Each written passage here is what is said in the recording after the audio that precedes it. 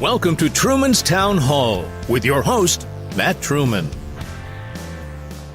Hello, this is Matt Truman. Thank you for downloading this episode. Thank you for sharing with a friend. Today on Truman's Town Hall, we travel back in time, back to the Inspired and Admired days, that podcast, back to October 3rd, 2017, where we had a discussion with Council Member Mark Campbell, Huber Heights City Council Member Mark Campbell. He is currently the Ward 5 representative.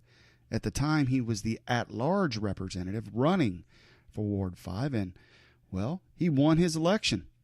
So, we're going to travel back in time and listen to that discussion we had back in 2017. Thanks again for listening.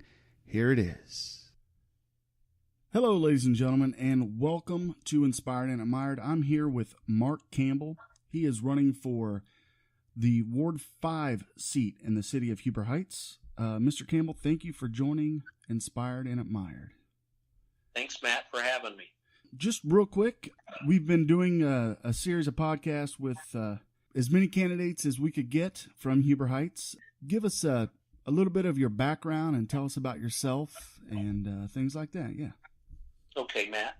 I was born and raised in Huber Heights, and I've operated a business within Huber Heights for 4 decades, employing, several families and reinvesting in Huber Heights. I was actually married in Ward 5 to my wife, Lori, and we've raised 5 children in Huber Heights, and I've got to watch all 5 of them graduate from Wayne High School. Lori and I are both Wayne High School graduates, 1976.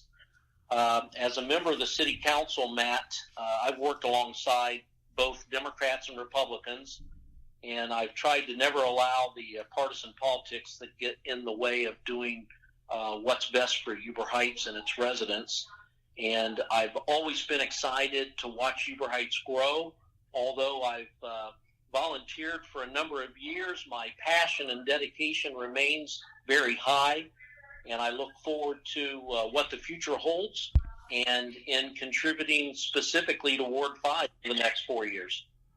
Oh, great. Now, what made you decide to run for Ward 5 this year? Well, Nancy Burge and her husband had met with Lori and I, and Nancy had been proposing several projects in the city in general and had a desire to run at large. She thought that better served her, and she asked if I would consider running in Ward 5 and allowing her to run at large. I did agree to that. Something that sparked my interest in that was to be able to play a more concentrated role on council and to specifically focus on Ward 5.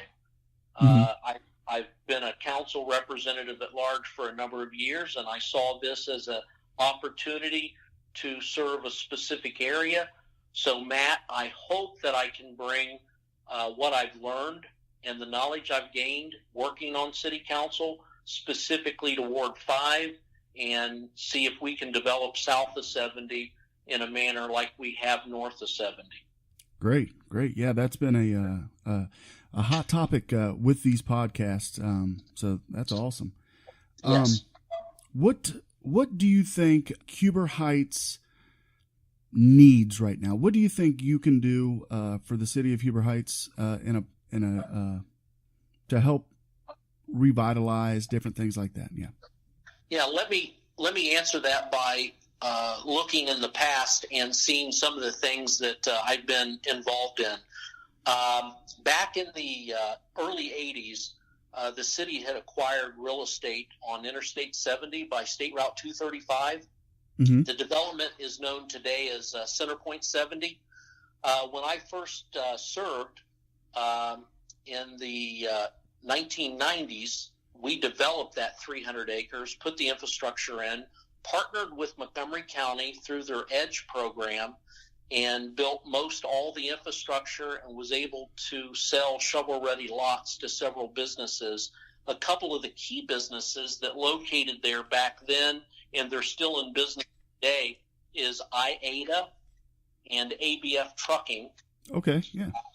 That development generated about 2,000 high-paying jobs.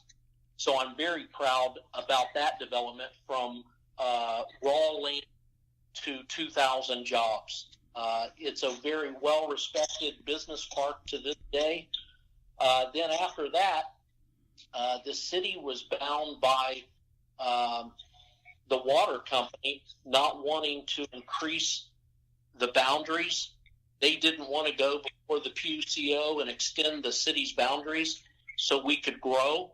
So the city negotiated with the privately held water company. We acquired Ohio Suburban, and it's been a city-owned system since 1995. It's been very profitable for the city. We've been able to upgrade the system while keeping rates very low in the region. And we're going to, in the future, soften water. And the water softening expense is going to be at a very reduced rate to the residents because of the cash that we've accumulated in the fund. Okay. I hope to take those types of experiences and help develop public and private partnerships within the Brandt Pike revitalization program. I'm sure people have talked about that on your podcast. They had, yes. That's been a hot topic as well. Yeah, so the city has always had a history of leveraging outside money from the county and from the state and from the federal government on projects. And I hope to be able to bring some of that experience to the table. The consultants that helped us with the Brent Pike revitalization study indicated that two things needed to occur to develop that. That was, it needed to be TIF'd, and we needed to establish public-private partnerships. Mm-hmm. If that area, the Brandt Pike revitalization, let's say south of 70, was going to develop in any significant way, it already would have. So I think it's going to take that public-private partnership that the city's been very successful at in the past, and it's going to have to be infused with TIF revenue, and we're going to have to do some of the same things that we've done north of 70, south of 70. So I think my experience, my passion, my dedication, and my enthusiasm will all play a part of that, along with serving city council and the residents. So I look forward to that opportunity and watch that area develop. Great. Do you have any ideas at this time where a TIF district could be set up south of 70? Is there any ideas at this time, or is that coming later on down the road? Yeah, there's significant acreage that's already TIF'd, Matt, okay, south of 70. And we'll just attract business. Private dollars are going to have to be in play here. I would point to what Kettering has done very successfully with their Town and Country Shopping Center. The city of Kettering has done grants and loans to shopping centers, specifically Town and Country, where they would match by 10% any development that would be invested by the companies that own these sites. For example, Town and Country had proposed a $7 million redevelopment of Town and Country, and Kettering said, if you'll spend $7 million, we'll loan you and forgive that loan of $700,000 in incentives to cause that to happen. And if you drive past the Town and Country Shopping Center, you know, it's been redeveloped and looks like brand new. Yeah, I've seen that. Great. So you were talking about the Brandt Pike revitalization project. How do you feel that's coming along, and where do you see it going in the future? Well, we've hired the consultant. The consultant has done their work. They are working currently with staff. The two major things that they indicated needed to occur was TIF and private-public partnerships, and we've been updated recently by staff. They're probably going to get back with us, I would say, in the next 60 to 90 days with some plan of what we can do in steps, maybe phase 1, phase 2, phase 3. Mm-hmm. But there's going to be some public initiative that can take place in maybe some streetscaping, some setbacks, and just some reinvestment along with not only the city but the private sector. Sure. Sounds good. So we've talked about the TIFs. That's another question that I'd like to bring up. Yes. There is the social media.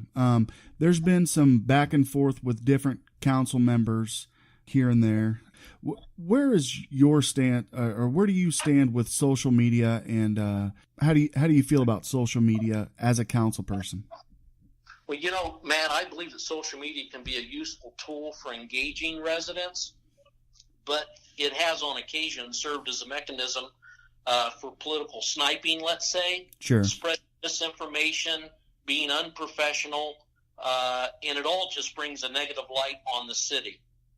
My preference for engagement is to have conversations with the residents and utilize forums where, we can have some factual debate and can lay out constructive dialogue. Social media can be difficult to hold a forum like that. That's true. And I don't disapprove of it on the whole, but I would just implore members of council to retain, a sense of professionalism when using it. Okay. Yeah. Makes sense. Another issue that has come up, you and I both, we worked on the charter review committee, or commission together. The charter review, to take out the city manager residency requirement, that went to the voters, and the voters passed, or they voted yes to keep it in the charter. Where do you? It's a hot topic. It's an issue that gets talked about quite a bit. It did a while back, and now it's kind of gets talked about from time to time by council and a lot on social media. Where do you stand with the city manager residency requirement and that issue? Our city attorney has given an opinion that it's unconstitutional to require the city manager live within the city. Number two, he is under written contract, and the contract as it currently is written does not require him to live in Uber Heights. It's my opinion the most important consideration for the city manager should be his job performance. And Rob's job performance can't be questioned, in my opinion. Sure. I agree. His dedication to the city's been proven, I think, by his leadership as the chief of police and the city manager. And at a time when professionalism has lacked from maybe the mayor or public officials, Rob has served as an anchor to ensure that the political sniping hasn't negatively impacted our city's ability, to capitalize on opportunities. From business development to general improvements that benefit the quality of life in Uber Heights. Personally, it's been an honor to serve with Rob, and as long as he wants to remain dedicated to Uber Heights, I'll continue to support him. Okay. So outside of the person, the city manager as a position, do you stand? I would like to see all city employees take advantage of everything Uber Heights offers and live in our city. Mm-hmm. So, and I'm very open with that. I welcome all of our city employees that don't live in the city to live in the city. That's personal decisions and situations that they have to have that would allow them to do that. Sure. Would I rather have a city manager live in Uber Heights? Yes. In this situation, I think it's a little bit more complex than that. Right. With it being unconstitutional according to the city attorney and the contract we're bound by currently with Rob. Okay, great. Now, we were talking a little bit about the water softening. That's one issue that you guys are working on right now. You're also working with the energy aggregation. That's starting to work itself in. Where is the city with those